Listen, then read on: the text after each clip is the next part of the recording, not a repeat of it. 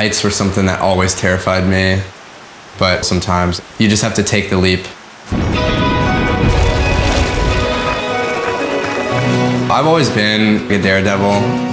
I'm always just pursuing stuff that makes me happy and looking for the next adrenaline rush. It's literally the same thing I eat every morning for breakfast. Compliments of the chef.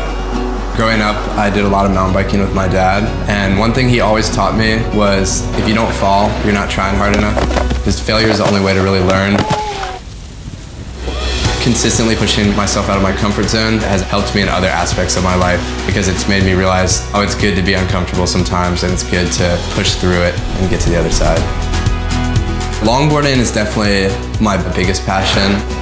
It's hard to describe the feeling you get when you're doing it because you're just so in the zone and in that state of flow, not thinking about the past or the future. You're just living completely in the present.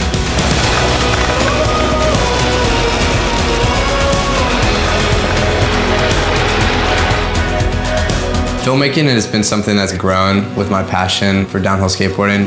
When I was about 12 years old, I started using my dad's old video camera, making YouTube videos, and everything just grew exponentially from there.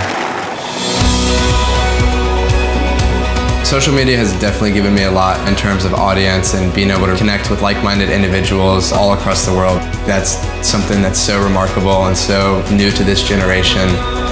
People are able to see where I started and how it's progressed. My goal in 5 years is to be doing travel filmmaking full-time.